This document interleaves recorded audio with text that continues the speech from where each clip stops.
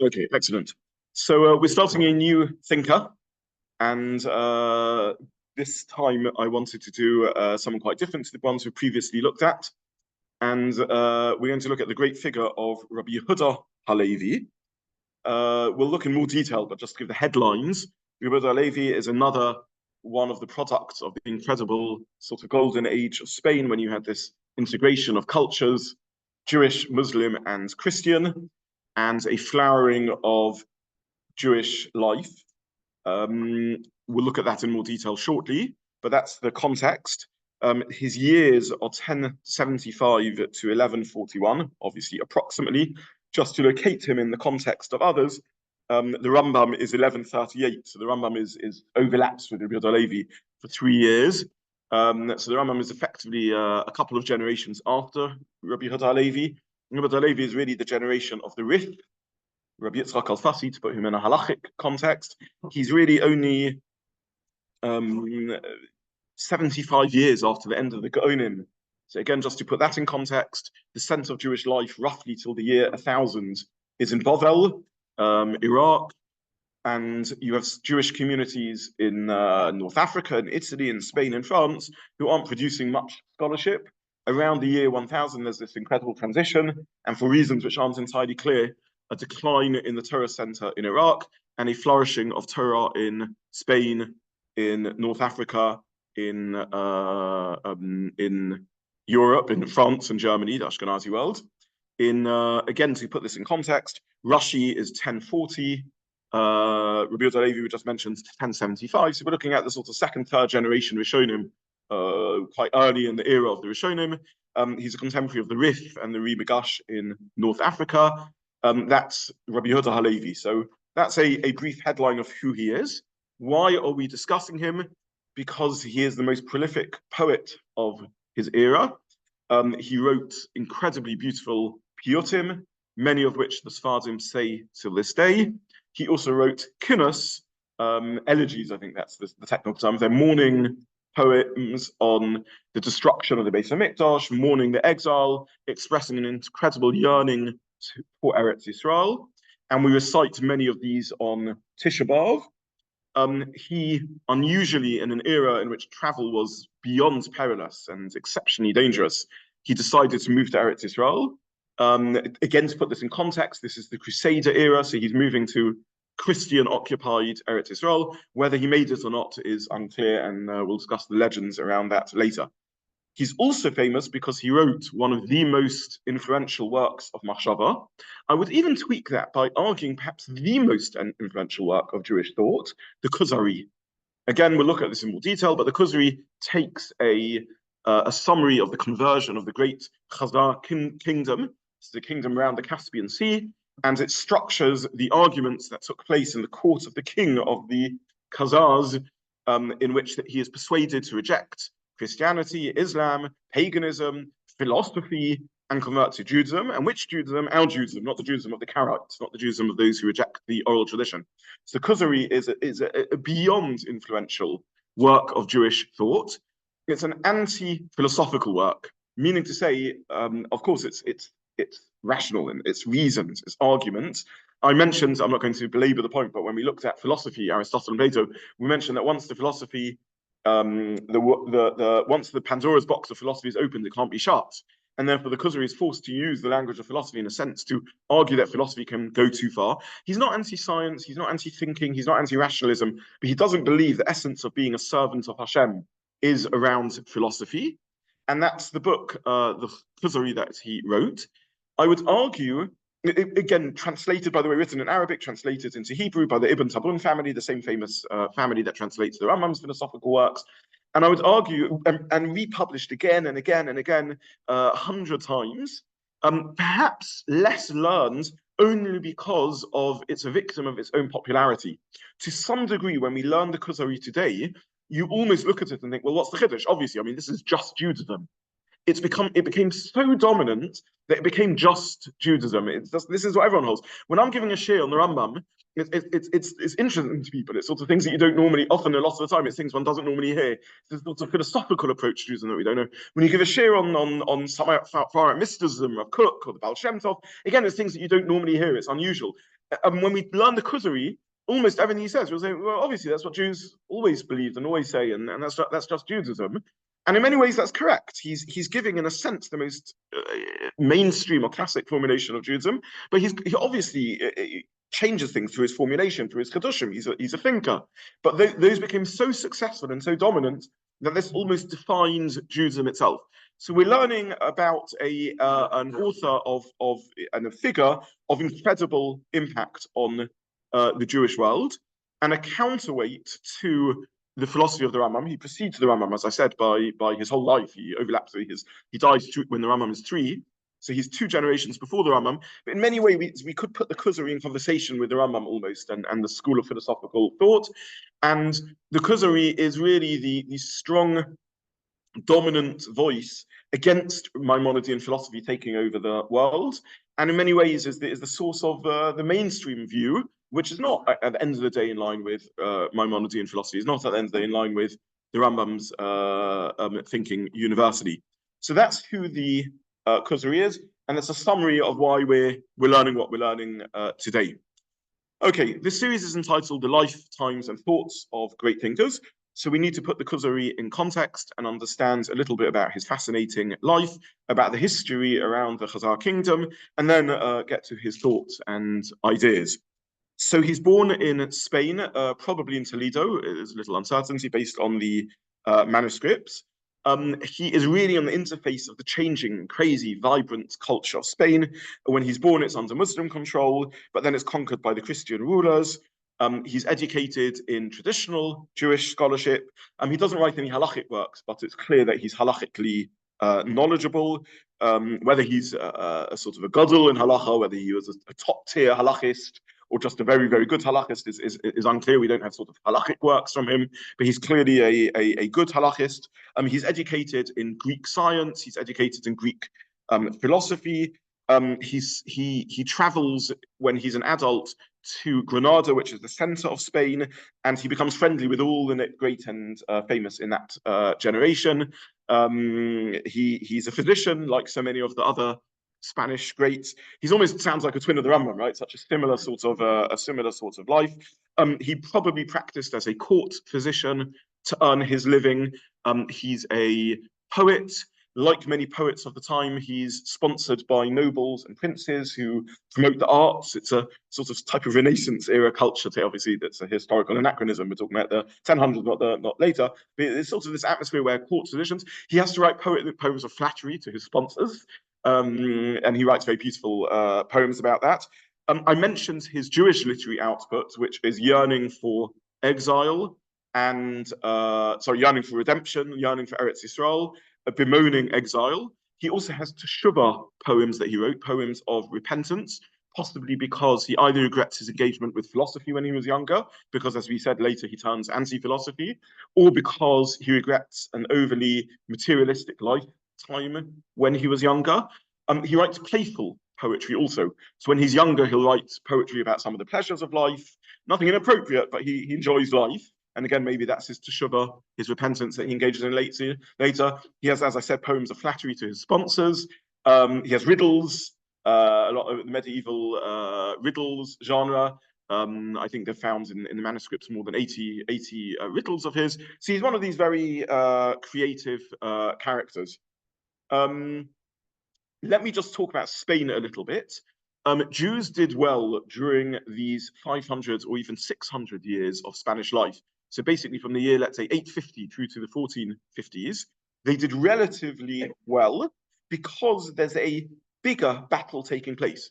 So when you live in a purely Christian world, the Christians can turn against the single minority in their midst, the Jews, and it can be terrible persecution. When you live in a purely Muslim world, again, the Muslims can turn against the minority in their midst, and it's purely persecution. When you live in a unique culture, which is probably the only major culture in which this takes place, you have a 3-way culture going on in Spain. You have a relatively large and wealthy and prosperous Jewish population. You have a Muslim population and a Christian population who are somewhat in equilibrium. And you've got this sort of era of swinging allegiances. I mentioned already that the very place where the Kuzari is born, it doesn't matter either town, whether it's Toledo or somewhere else, in that region he's born into Muslim rule, it then becomes Christian rule, and the Jews are a large enough minority that both sides really want them on their side, and that's why you end up with this, relatively speaking, golden age of Jewish life, in which conversations are taking place between these three cultures. Now, this comes to a proper end in 1492 with the expulsion of the Jews, and that's because the Christians have basically finished their reconquest of Spain. I don't want to whitewash the 600 years of relative golden age in Spain. There's awful stuff that takes place, and that's why I keep on emphasizing this is, relatively speaking, a golden age. There's periods in which there's a rise of Muslim fundamentalism. The Rambam himself has to run away from Spain because of Muslim fundamentalism, and he runs to North Africa. Then he runs to Egypt, where he finds a relatively liberal Muslim culture. But some of the time, the Islamic rulers of Spain are moderate. Already in the 1300s, when the reconquest by the Christian rulers has been somewhat successful, there's mass forced conversion of Jews. So I'm not presenting this is not historical whitewash, presenting this as if all is wonderful.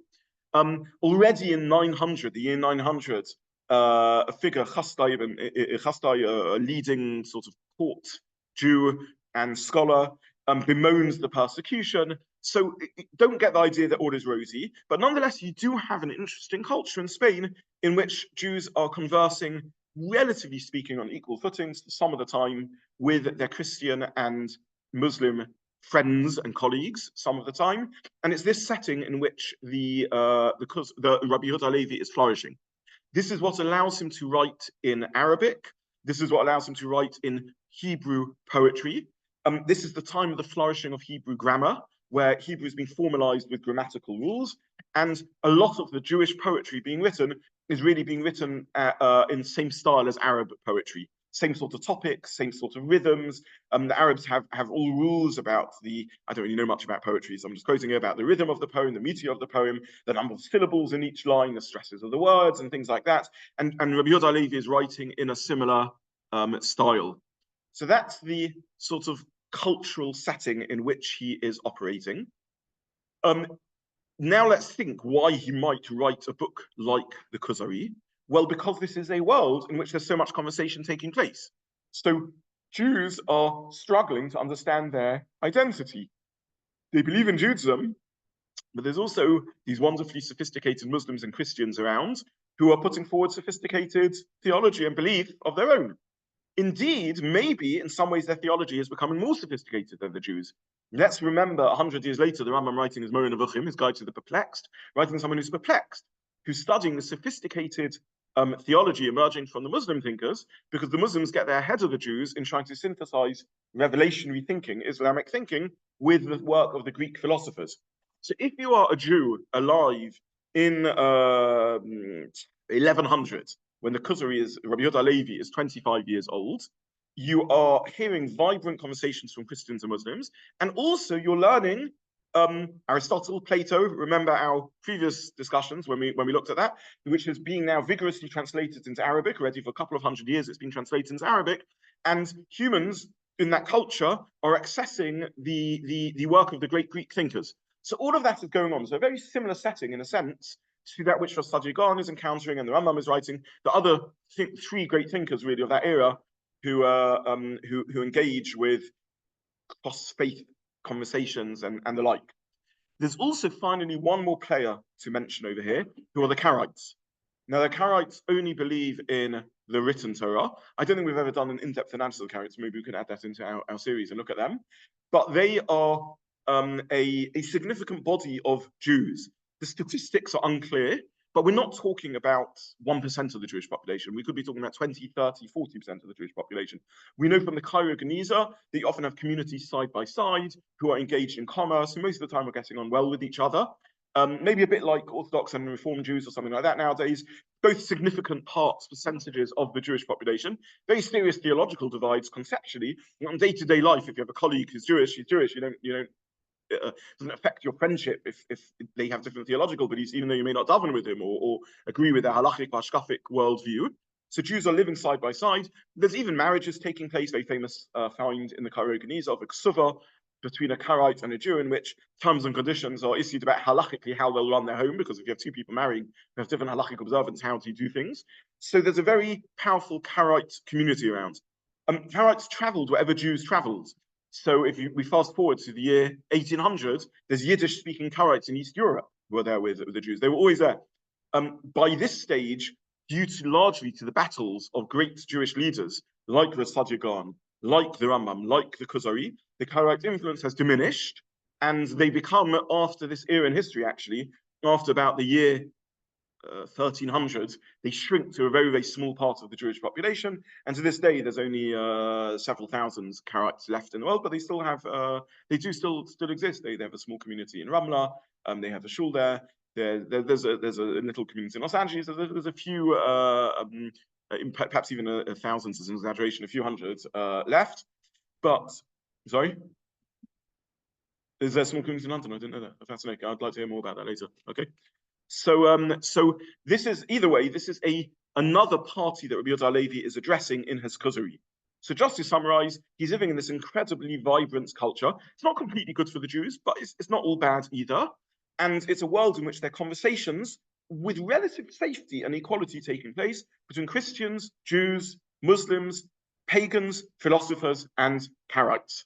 And the Kuzari is going to be Rabbi HaLevi's response to that Jewish confusion that's taking place in that world. Okay, let's carry on the Rabbi HaLevi's life, just because we're looking at his life and times. As I mentioned, he's really at the peak of power. He's a communal leader. He's a physician, perhaps a court physician. He's a sponsored poet. He's an intellectual. And he gives it all up to move to Eretz Yisrael. He's a lover of Eretz Yisrael. That's the bottom line. You see in his poems his incredible longing for Eretz Yisrael. In the Kuzari, he writes how he thinks spiritually that's the only place that Jews can really access into the full depth of their relationship with Hashem.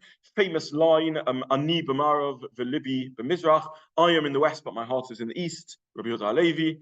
So in early 1139, 1140, he sets out to Eretz Yisrael. He's famous. So his journey till this point is well documented. We know exactly when he arrives in Egypt, Alexandria, September the 8th, 1140. He's greeted enthusiastically. They're all excited. The Gadol Hadar, this famous poet and incredible author, has arrived there. He's greeted with enormous pleasure. He then travels to Cairo, where again he visits all the dignitaries and so on. And he disappears off the map. We don't know what happens. One of the great mysteries of Jewish history.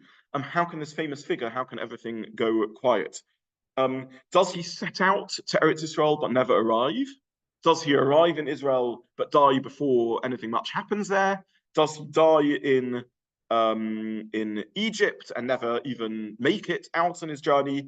Absolutely amazing. We really don't know. It's the stuff of legends. The most famous legends associated with the story is that he arrives in Eretz Yisrael. As he arrives in Eretz Yisrael, he lies down on the land. Perhaps he arrives by ship, because even though you can travel by land from Egypt to Israel, it's quite perilous. Read the parshas of the next few weeks. So it probably gets a boat, if he does go anywhere, from the Egyptian coast up to the coast of Eretz Yisrael. Probably goes to the ports there. Akko Yafo, one of the classic ports that exists around then. Probably Akko. He lies down on the ground, according to the legends, kissing it, and is trampled by fill in the blank horse rider. Trampled by crusader, horse rider, sorry. In front of the walls of Jerusalem, different versions, Sion. He's trampled by a crusader horseman, by a Muslim horseman, and he dies. As he's lying there on the ground, before he's lying on the ground, as he arrives, he composes the poem Sion Halo Tishali, etc., the famous poem that he writes. Okay, all this is not evidenceable. It's beautiful, it's moving, it became very, very popular. It used to be thought that the first proper account of this dated to 450 years after his death, in which case historians would treat it as very unreliable. And it's quoted in a work which is notorious for its unreliability, a Jewish work of history that's notorious for its unreliability. He basically was not a critical historian, also he wasn't a dishonest person. He just went around collecting all the stories that people said and published this, the famous Shalshelas Kabbala. So it was considered very, doubtful. However, they found recently some records. There's a letter from 1141, which does seem to indicate that he arrived in Eretz Israel and maybe died very quickly. There may be an indication of death in the gates of Yerushalayim. These are fragments and scraps that have been found. None of us really know. Okay, so that is the life of Rabbi HaLevi as we understand it. Poet, incredibly prolific author. Writes fun poems, writes poems of praise and longing for Yerushalayim, and songs of teshuvah also. Where is he buried? Well, it depends on where you think he died. Again, basically the answer is we don't really know where he's buried. There is a grave associated with him in the Galil. Is that grave reliable? Probably not. Why would he have got to the Galil? How would he have got to the Galil? If he did go into Eretz Israel, it's almost certain he died very, very quickly afterwards, because whether it was the horseman trampling him or something else, because we find no records of him. This is an extraordinarily famous figure, but we don't really know. Maybe he did arrive in the Galil, maybe he is buried there. One more just fast, sorry, yes. Part of that, but again, it's all very murky. Yeah, okay.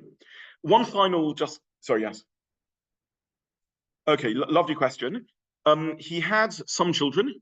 We know one son and one daughter. He wrote a number of kinnos about, sorry, kinnos is the wrong word, a number of tragic poems about death of infants dying. It's not clear whether he was writing for himself or he was employed by someone to write a poem for them. So it could be he's describing his own children, or it could be someone said to him, my 9-year-old has died tragically, very common in those days, and this was his personality, this is what he was like, can you write a poem for me to help capture my feelings? That's what professional poets used to do in the age pre-social media, when you didn't tweet about someone's death, but you wanted a poem to be written about them. So we don't know if that's his own children or not. But I'll tell you some family stories about him. It's again one of these stories that's legendary, but very interesting and beautiful. And we know that he was related to the Ibn Ezra. What was his relationship? According to, by the way, if he's buried in the Galil, and if any of this is accurate, he's buried there next to the Ibn Ezra. So Ibn Ezra is in the grave next to his. They're definitely contemporaries. It definitely makes sense that they would have met. I mean, we know they met each other. They're both grammarians, they're both philosophers, they're both poets. So they're sort of similar sort of interests. And we know there's some family connection. It's possible that the Ibn Ezra was a Mechuten with Rabbi HaLevi. In other words, the children married each other. It's possible he was a cousin, not a first cousin, but some sort of cousin and part of an extended sort of family relationship.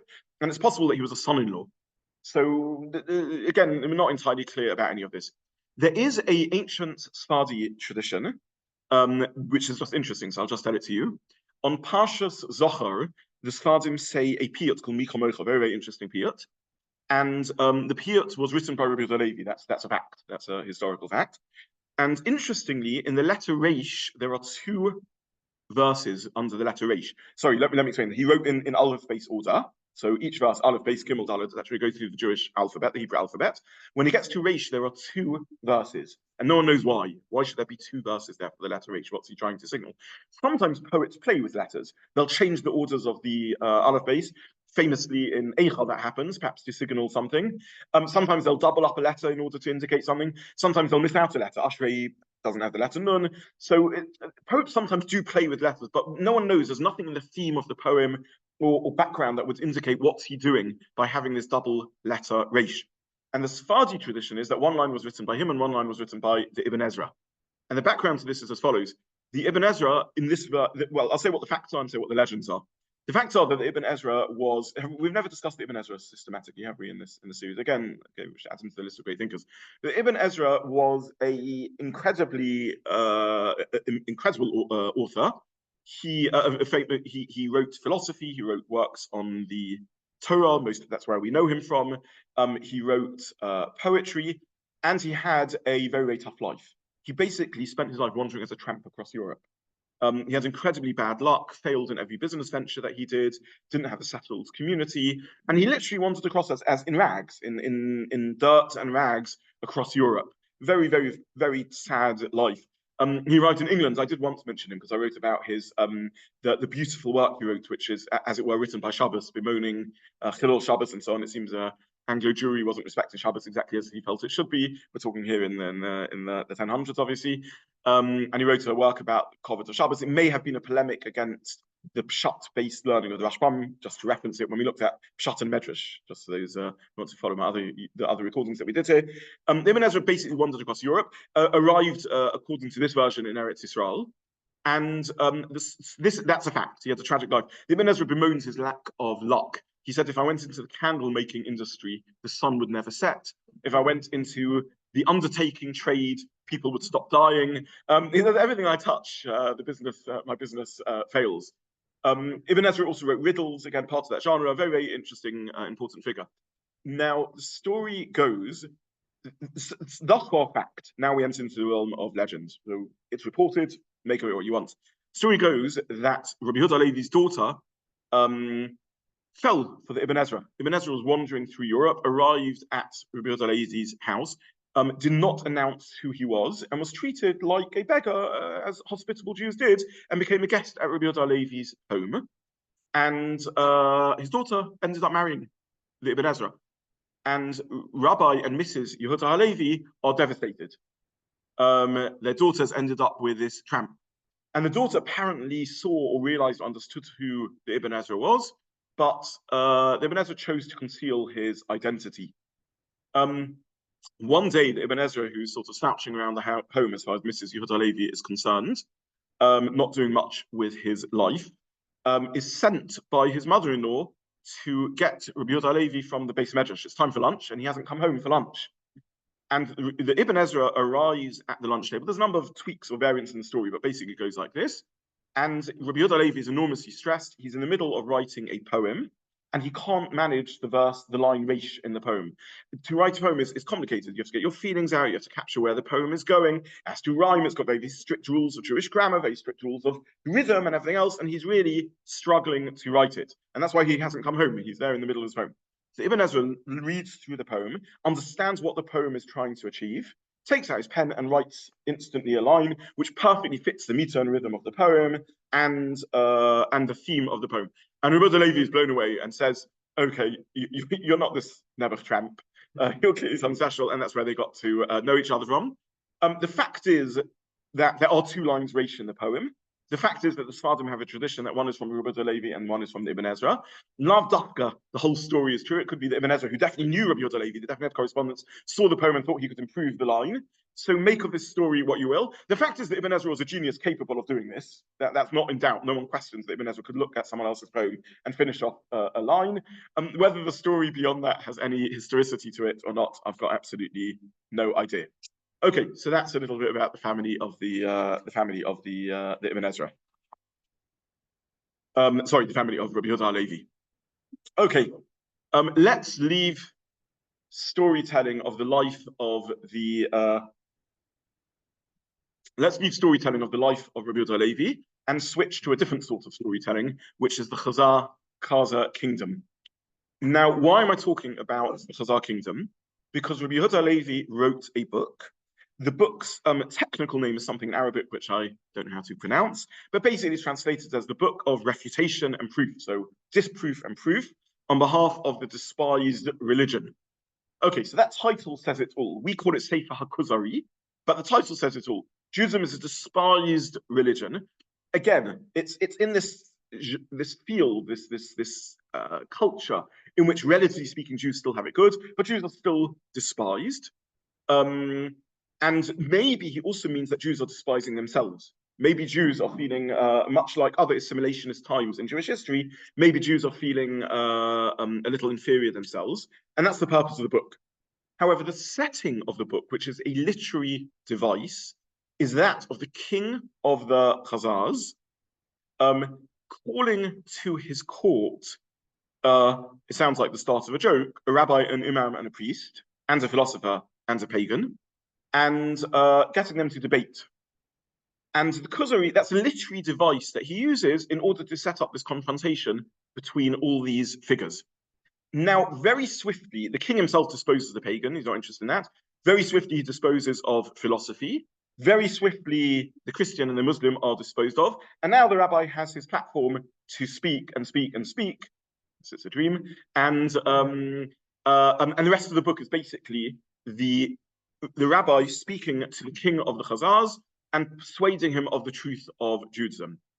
After the first section, the king already converts, and the remaining 4 sections of the book are now the rabbi speaking to a friendly audience and explaining to them the fundamentals of faith.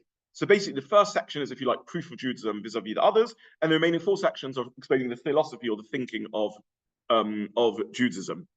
That's the structure of the work. So again, it's a literary device to stage a dialogue. The dialogue is one of dismissing paganism, philosophy, and we'll see in very interesting ways how he does it, Islam and Christianity, and giving a platform for the chacham, the wise person, who means a rabbi in this context, to present dismissal of the other faiths, 1 section, and then 4 more sections speaking, explaining, so what is Judaism? What is this faith that you have converted to?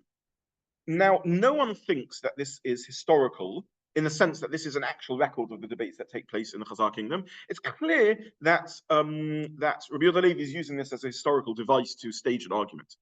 But there is a historical basis behind this, which is the real conversion of the Khazar kingdom several hundred years before. We don't know what happens, but Rabbi HaLevi is sort of imagining the king as an intellectual seeking out different faiths and reasoning his way to Judaism. And therefore, he's using this as a device to stage it.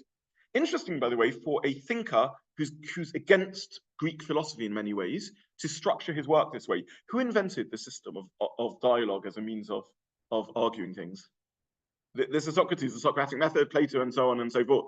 Now, again, Gemara is full of people arguing. That's not, arguments take place in our history. But the idea of a sort of staged conversation as a literary device to present reasoning is a Greek idea again. So it's very interesting that he adopts that structure, but he does. And again, I want to emphasize, he's not anti-Greek philosophy in a way in which he has a problem with science or reason. On the contrary, he speaks about it very respectfully, but he doesn't think that that's how people should ground their decisions about the meaning and purpose of life. When you're looking for the meaning and purpose of life, there's better ways to do it, such as revelation. Right? If you have a Torah, why would you ground your thought on philosophical reasoning about what the good life is when you have revelation, when you have Torah, in which God himself tells you all of that? So why bother with all of that? So that's the background of the Kuzari. What do we know about the Khazar kingdom? So the Khazar kingdom is a Caspian, around the Caspian Sea. It's a Turkic people who are nomads who wander around the Caspian Sea. Eventually, they form, in the late 6th century, they coalesce into a kingdom, and they form an empire, a big commercial empire. It's massive, by the way. It covers southeast of European Russia, southern Ukraine, Crimea, Kazakhstan. It's a very powerful trading empire. It is a buffer state, very important, between the Byzantine Empire on one side and the Umayyad Caliphate on the other side. What religion is the Byzantine Kingdom? Empire? Christian? What is the Muslim? And it's a buffer state between the two. If you want to come up with cynical political reasons why the Khazars convert to Judaism, there may be a political explanation there. We know for a matter of historic record that both the Byzantines and the Umayyad Caliphate are desperate to get an alliance with the Khazar kingdom. We know there's a mysteries backwards and forwards in which they're trying to persuade them of their faith.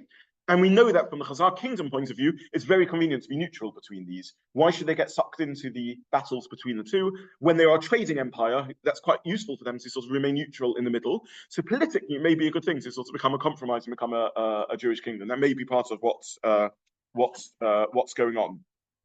Either way, they form this empire. Eventually, the empire collapses in the 9th century with the rise of what we now call Russia, but actually is Ukraine-based. So in Kiev, a tribe emerges from Kiev, the Rus tribe, and it begins conquering the area. Eventually, it forms an enormous empire, but on its march, it destroys the Khazar kingdom in the 9th century.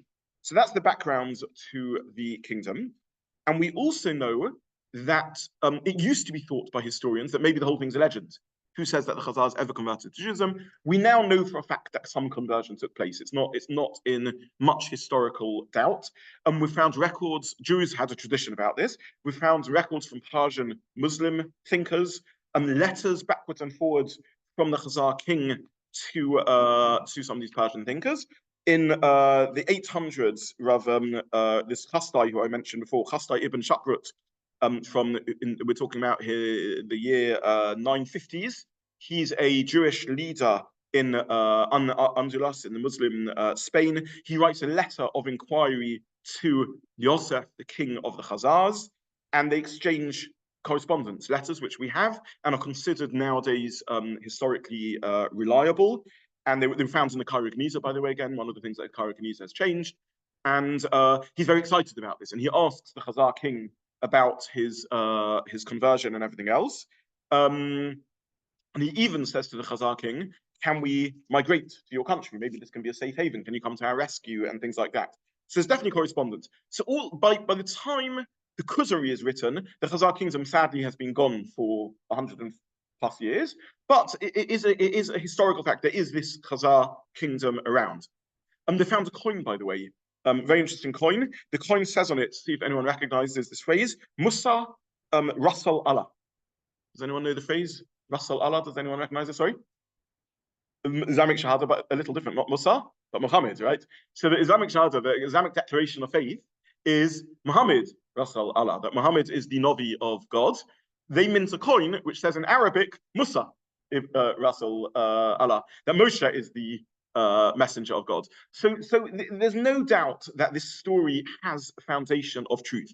What's not known is whether the whole kingdom converted, probably not. The Khazar kingdom is not a unified ethnicity, it's a bunch of different tribes. It doesn't seem possible that the king converted. Probably the king and nobility and maybe his whole tribe, the leading tribe, the sort of aristocratic tribe converted. We don't think it was the whole kingdom that converted, but we don't really know that much. It's again all lost in history. We're lucky to even know what I've just shared with you. So had I been giving this share before Solomon Schechter and the Cairo Geniza, we'd have said, look, it's one of these Jewish legends that we don't really know if it has any basis of truth or not. As I said, the same as I said about this Ibn Ezra story or whatever. It's legends, legends probably have some kernel of truth, but we don't know what got exaggerated and lost in translation. We now know that the story on a rough outline level is accurate and true. And this is the literary device which the Khazar, which Rabbi HaLevi uses to present his argument. What I want to do in the remaining few minutes is just summarize really the structure of the book. And then next week, we'll try and look in a little bit more detail at this. This is a series I have to control because we could go through the whole Kuzari, and the purpose of this Sunday morning is not to learn our way to a sefer. So I'm struggling a little bit to think what are the highlights that I want to bring out of the book.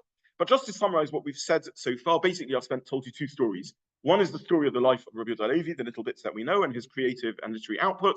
And the second is the story of the Khazar kingdom, many, hundreds plus years before Rabbi HaLevi is born. Again, an amazing story, but not one that we know a huge amount about. But either way, the two meet in the literary device that Rabbi HaLevi uses for his most famous work, which is the Kuzari. Now, basically, the story is triggered.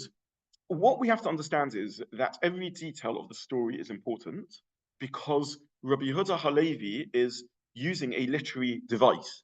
So if the king says something strange, or if the Chacham replies in an unusual manner, there's a reason Rabbi Yehuda HaLevi is making this conversation take place that way. We can't just say, oh, well, this is how the story happens. This is all part of his argument. And his argument, broadly speaking, is going to be that you, Jews influenced by Arabic and ultimately Greek philosophy, as expressed, will be expressed 50 years after I die by the Rambam in his Moreh Nevuchim, but the Rambam represents a whole school of thought. You think that being Jewish is about intellectual reason. You think it's about rational proofs of philosophical ideas. You think that what makes someone a great Jew is their mind, their ability to engage in philosophical discourse. All of that is wrong. Do you know what's important in Judaism? Immersive experiences. Do you know what makes someone great? actions, whether you do good things, not whether you just think good ideas. And do you know what allows us to connect to God? Our relationship to him, what we do. Do you know what allows us to believe? Because we have the revelation of God. We don't need to engage in philosophy to work out what the good life is, because we have revelation. And possibly this is also the reason why he writes this book in this form, because he has a challenge. He wants to present, in a sense, an anti-philosophical idea, but he has to use the tools of reason to do so. Again, once philosophy, the genie is out of the, once philosophy is out there, as we discussed, you can't put it back in. You need to use the tools of philosophy, even if you want to argue against philosophy. So it could be he uses a literary work because he wants it to be an immersive experience. We discussed in previous series that you can understand psychological truth by learning about psychological research in the lab, or by reading great literature, Shakespeare, that can tell you something about human nature and psychology. So he wants to write a story that's immersive. He wants there to be a tension in it. So you're reading it and you're waiting to see what happens, what's going to be the counter arguments and so on. So probably the very style he chooses to write is the best he can do in a world which has gone philosophy mad, and you can't anymore think outside philosophy to present Jewish ideas. The story is triggered by the following incident, in which you have a king who is a good person, and he's trying to live a good life, and he keeps on having a recurring dream. And in the recurring dream, an angel appears to him, and the angel says to him, very famous line of Rabbi HaLevi, he has so many famous lines, Kavanoscha rutsuya, your intentions are noble, but your actions are ignoble, and your actions are not noble. And this is what triggers the king's rejection of what he is currently doing, and it launches him on his journey. So now we have to ask ourselves the following question. If you or I were writing a book in which we wanted to prove Judaism, would we make the trigger a dream of an angel appearing to someone and saying your intentions are good, but your actions are poor? It seems a very, very weak foundation for a book which is aimed at proving the despised faith. Why would you choose that as a device? What's Rabbi HaLevi saying when he launches the king's search for meaning with a dream? And what happens if you're unlucky enough not to have this dream? I mean, what am I meant to do? I've never had such a dream. So what's meant to launch me on my journey? If I'm this Jew in the year 1000 in Spain, very seduced by philosophy or by other faiths, and I never had such a dream, why should a book that opens with an incident like that speak to me? Well, what does it mean for someone to create a literary work supposedly of trying to prove and demonstrate Judaism, which opens with a scene like that? So what Rabbi Yehuda HaLevi is saying in his very opening trigger is the search for meaning is something at the core of every person. Every person should have such a dream. And every person instinctively knows that it's not good enough to have good intentions. Your actions also have to be good. So he's making a point over here. He's saying, I'm taking this as axiomatic. Even though I'm going to deal very, very briefly with philosophers and pagans and everyone else, I think the whole thing is nonsense. I don't really think any intelligent person can buy into this idea that's floating around in the philosophical realm, that really what makes a human into a human is just their mind. I think all of us feel this to some degree when you learn Rambam to the extreme, and it seems that what makes you able to connect is your mind. And you can have a really wonderful, good person, right? The classic Yiddish grandmother, right, who lives all her life in great purity. She's never opened a philosophical book in her life. Sorry, no possibility relationship to Hashem. And really, anyone can live like that. Anyone can for a second take that seriously. That's a reasonable view. Anyone thinks you can just get through life by meaning well without launching an investigation. That's ridiculous. Everyone has a dream of an angel appearing to them. The problem is we don't all listen to that. So it's an amazing opening to an amazing work in which Rabbi HaLevi immediately establishes his stall in the marketplace. He immediately says, I'm not going to be silly about this. I'm not going to get caught up in your clever philosophical games that come to balmy conclusions. I don't even think it deserves lengthy arguments against this. Your philosophy has clearly gone wrong, and don't lie to me and pretend you don't have a niggle of doubt as you're telling me your sophisticated philosophical systems that you think that it's good enough to live a life with all profound philosophical ideas when you're not actually translating into action. That's a ridiculous attempt to live a life, and that, I think, is why he opens the story the way he does. He thinks that everyone has such a dream, just not everyone is like the king of the Chazars who bothers listening to the dream and hearing and waking up. Not everyone is triggered by this dream. Okay, so I hope I've already shown in this brief little exploration that Rabbi HaLevi, he's not a timid thinker. He's a bold thinker, And I hope already, in this simple one-liner of Rabbi HaLevi, I've already cast into doubt all the time that we spent speaking about the Rambam in his Moreh Nevuchim and all our allegiance to the Rambam. And again, we're not taking sides here, but we're trying to learn about great thinkers and we're trying to immerse ourselves in their worldview. And I think in that opening scene, you have one of the most powerful critiques of Maimonides. Again, it's an anachronism. Maimonides only comes on the scene many years later. But this sort of philosophy that's floating around, Rav Saadiah Gaon is writing philosophy, but this sort of current of neo-Aristotelianism, Jewish thinking, which is around there, and Rabbi HaLevi dismisses it very, very quickly. He says, I'm not going to write a work like the Moreh Nevuchim. I'm writing a work of dialogue, real human beings engaged in real conversations, in real relationships to each other, worrying about real things about life, and behind this story lies a niggle that everyone should feel, in which there is a messenger of God, a voice, an angel. This is not Nevuah, this isn't Hashem speaking, but this is an angel speaking. And an angel is a messenger of Hashem. Where does this angel exist, by the way? Where does this angel that appears to the Kuzari exist? Where does it inhabit? Where does it exist? The minds of the king. It's a dream. Within us, we have an angelic voice. There's a part of us that is a messenger of God. There's a part of us, there's a spiritual core within us that allows us to attach ourselves to reality. And that voice tells us, don't be stupid. If someone is living the unthinking life, the unreasoned life, the unsearching life, or someone is living a life in which they think it's good enough just to have noble thoughts but never to bother doing them, there is a little godly voice within us that is telling us that this messenger of God, human reason, by the way, is, in this the Kuzari agrees, the human mind is an angel of Hashem. It's a messenger of God. It's a source to spirituality. That's where the Malach exists. So this is, it's almost modern. This is a subconscious voice in the king. It's a dream. It's a subconscious voice of the king in which there's a spiritual voice speaking to him and saying, wake up, you can't slumber your way through life. And the Kuzari doesn't think he needs any sophisticated philosophical arguments about it. Everyone has that dream. Yes?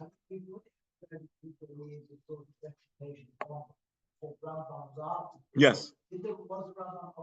Yeah, the Rambam is aware of the Kuzari. Yes, yeah, the Rambam is probably aware of it, or certainly aware of those sorts of arguments. The book becomes popular very quickly. The same people are translating the Rambam's works and are translating the Kuzari's work.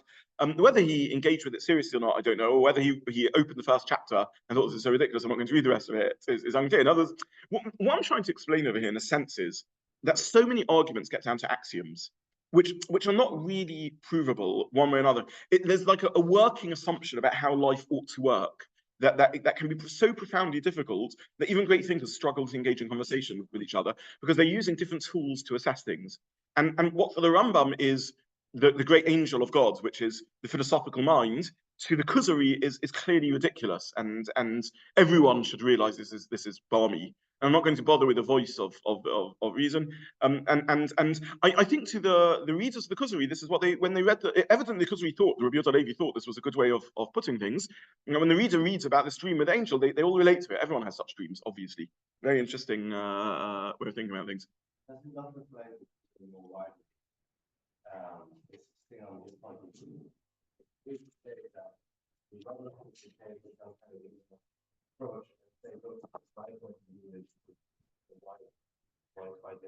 Okay, so I want to make 2 points here. First of all, this is my reading of the Kuzari. I haven't seen this in any classic or traditional source or philosophical source. So if you don't like this, don't blame the Kuzari for this. Blame me. I'm just saying that this is, to me, I spent a lot of time trying to learn the Kuzari many years back and put a lot of thought into it because I found it very, very interesting. And this is my understanding of what he's saying. And the second thing I would say is 2 points. So the question just for those online is this a weakness in the Kuzari that he's not attempting to see both points of view and engage them, or a style of the Kuzari? The answer is twofold. First of all, the Kuzari is not interested, even though in a sense this is dialogue and it takes the veneer of a Socratic dialogue, it's not really dialogue. The Kuzari isn't interested in arriving at truth through theory, anti-theory, synthesis, and so on. He's not interested in that sort of arrival at truth. His whole point is we don't need to do that because we have revelation. So he's not interested, in a sense, in engaging seriously with voices that he considers of lesser worth. If you know something, you've experienced something, you've heard something, how much energy are you going to bother in talking to a philosopher about it, right? If you I don't know, you're leaning against a tree, and a philosopher comes over to you and says, can you invest 3 hours of dialogue with me because I want to prove to you the tree exists? You have to be a certain sort of mind to bother putting that effort into it. And that's sort of the Kuzari's point. Like, why bother with it? It's not, again, he's not an anti-philosopher in that he's got a problem with human reason. He really, really doesn't. And he respects reason in the realm of science and so on. But he says we have a Torah. We don't need to engage in this. It's like an inferior method of arriving at truth. You know, again, I'm not dismissing philosophy. Bertrand Russell, in his Mathematica, he spends several hundred pages proving that 1 and 1 is true too. But most people don't need that in their lives, and it's questionable where it really takes you, and it's questionable if by the end of the whole attempt, Bertrand Russell himself thought this was a useful thing or not. So he's trying to undermine, in a sense, the philosophical quest in that sense, and therefore he doesn't see it as his purpose to present fairly the 2 points of view. He considers one view to be so obviously inferior that he's comfortable being dismissive of it. Okay, so we'll stop here for today, and in Mitzvah Hashem, please God, we'll carry on next week, where we'll try and look in more detail at some of the Kuzari's ideas. I don't think this will be a long series because there's so much to say, but I just want to really highlight a few of the points in the Kuzari.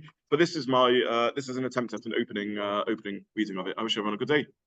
Thank you very much. Thank you very much. Thank you for joining. Thank you.